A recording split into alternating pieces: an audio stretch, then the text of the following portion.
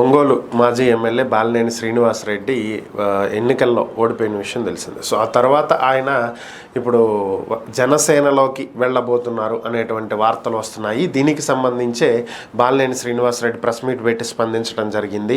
ఎన్నికల ఫలితాల అనంతరం హైదరాబాద్కి వెళ్ళిపోయినటువంటి ఆయన నిన్ననే తిరిగి రావడం జరిగింది. తిరిగి వచ్చినటువంటి బాలినేని శ్రీనివాసరెడ్డి స్పందిస్తూ అబ్బా కొడుకులు పారిపోయారని చెప్పి ఒక అతను ఫ్లెక్సీ లేపించాడని, మరొక అతను నేను జనసేనలోకి వెళ్తానంటూ ప్రచారం చేస్తున్నాడని, కార్యకర్తల మీద భారీగా దాడులు జరుగుతున్నాయని చెప్పి ఆయన స్పందించడం జరిగింది.